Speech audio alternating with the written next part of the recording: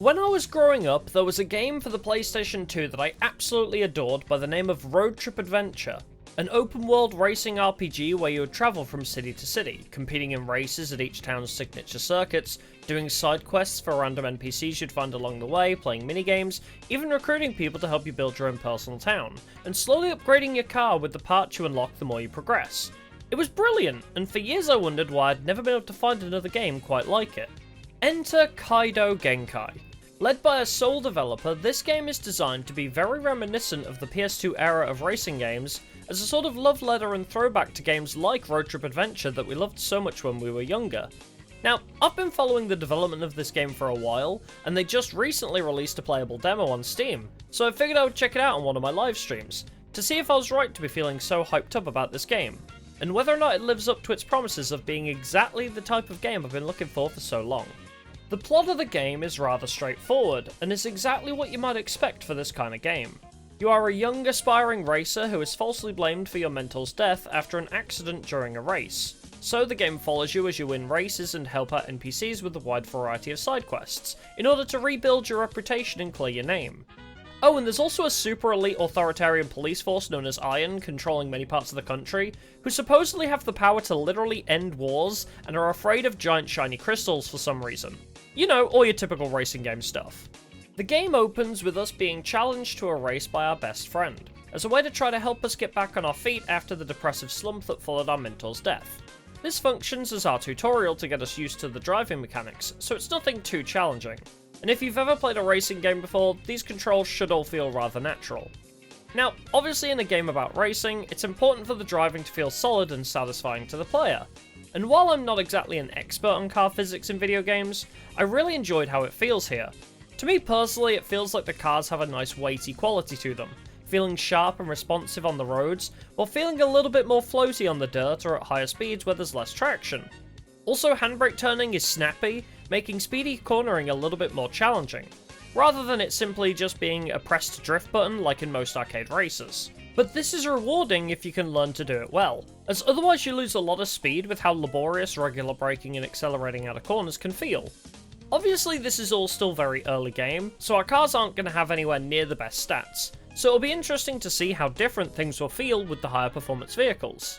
Winning this race grants us our freedom to be let loose in the land of South Nibiru, and this is where you get the chance to really appreciate how gorgeous the world of Kaido Genkai really is. The graphics may seem simple, but there's something especially charming about the cel-shaded art style and how vibrant the colours are, that serves well to the game's goal of evoking those feelings of nostalgia, and gives the game an overall very uplifting atmosphere. I'm also a very big fan of how the map is laid out.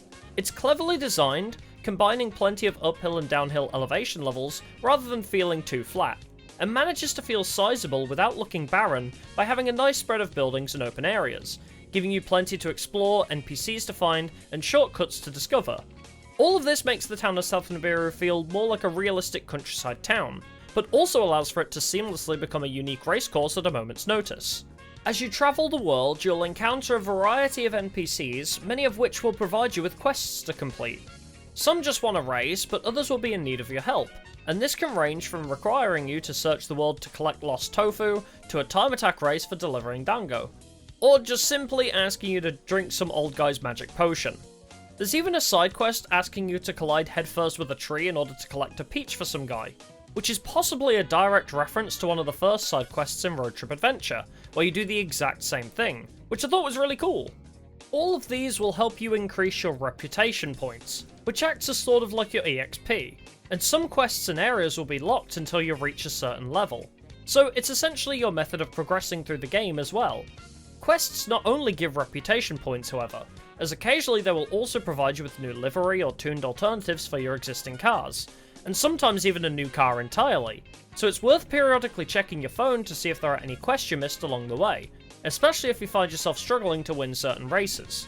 Speaking of which, this game is not easy by any means. If your car isn't up to par for the race you're in, you'll know pretty quickly, and even when your car is good enough, you'll get punished for driving poorly.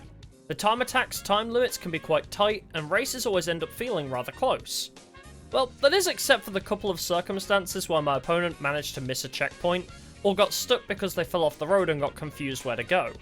But it's an early access demo, we can't be too harsh on it, Plus, it was really funny when we found her like this. Other than that though, this game has a nice fair but occasionally challenging difficulty that keeps the races feeling engaging. And that's pretty much the game. You explore, you race, do side quests, unlock new areas and better cars, then explore and race some more. It's simple yet never manages to feel bland, and I think that sums up the game nicely. It's not trying to be some complicated, hyper-realistic racing sim, nor is it trying to boast an ambitiously massive open world you're only ever going to see 1/3 of. It's just pure, unadulterated fun, and an incredibly enjoyable driving experience, packed with tons of nostalgia. And it really does remind me a lot of the PlayStation 2 games of my childhood. On multiple occasions while streaming it, I talked about how it made me simply feel happy while playing it, even if I was just driving around town, and I couldn't quite explain why. But perhaps as a filthy weeb, the Japanese aesthetic and positive vibes of the anime-inspired music most likely played a part in that as well. Although I do feel like at the moment the setlist for the radio might be a little too short, as I did start to hear the same songs repeated quite a few times in just the 2 to 3 hours that I played. Anyways, while the story so far might be basic, there are some hints towards a larger overarching story here if you talk to the NPCs. But with this only being the demo, it makes sense that they wouldn't want to give too much away just yet, with it ending right as you covertly cross an iron blockade into a new area, under the guise of a humble Dango delivery driver.